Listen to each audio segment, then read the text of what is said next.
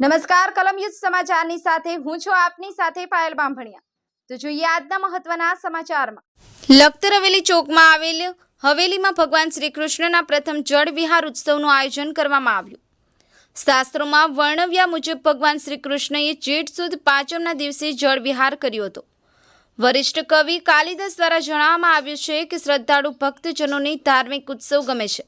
માણસ માત્ર એક સરખા જીવનથી કંટાળી જાય છે, જીવનથી થાકી જાય છે, જીવનમાં હતાશા અને ટેન્શન છવાઈ જાય છે। ત્યારે માણસ દ્વારા જ્યારે પણ ઉત્સવ ઉજવવામાં આવે ત્યારે તેમાં જોડાઈ જવું જોઈએ અને ઉત્સવની ઉજવણી કરવી જોઈએ।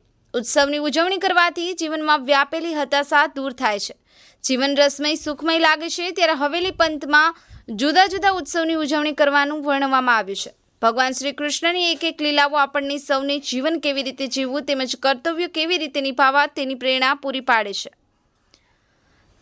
ઉત્સવમાં ભગવાન ઠાકોરજીને જળ વિહાર કરાવી શ્રદ્ધાળુઓ, ભક્તજન, મહિલાઓ, નાના બાળકો યમુના નદીમાં સ્નાન કર્યાના ભાવ સાથે સ્નાન કરી ધન્ય બન્યા હતા અને હર્ષોલ્લાસભેર ભગવાન શ્રી કૃષ્ણના પ્રથમ જળ વિહાર ઉત્સવની ઉજવણી કરી હતી।